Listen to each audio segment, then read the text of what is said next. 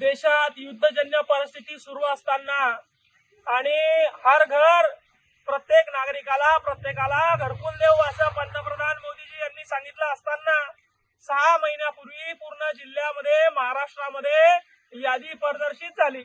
आपलं यादीमध्ये नाव आलं म्हणून शेतकऱ्यानं वाऱ्या वावदानाचं कुडाचं पत्राचं घर उडून जाईल म्हणून घर बांधायला चालू केलं।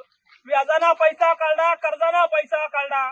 आता पावसाळा जवळ आला, इंजिनियर फोटो काढायला आला तर इंजिनियर म्हणतोय मला 20 मिनिट लागतं, इंजिनियर म्हणतोय मला भीतीचा फोटो लागतं, नाहीतर मग 25,000 द्या तुमचे बिल काढून देतो।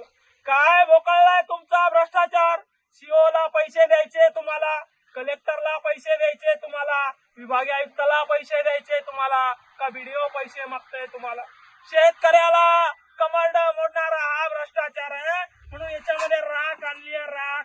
शेतकऱ्याच्या टाळूवरचं लोणी खाणाऱ्यावर शेतकऱ्याची आत्महत्या केलेल्या शेतकऱ्याची राख इथं या कार्यालयात घेऊन आलोय।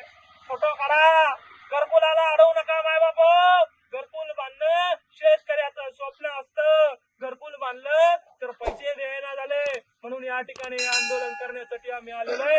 आणि भीक मागून हे पैसे विभागीय आयुक्त, सीओ, कलेक्टर आणि व्हिडिओला या ठिकाणी 10-20 रुपये देणार आहे। धन्यवाद।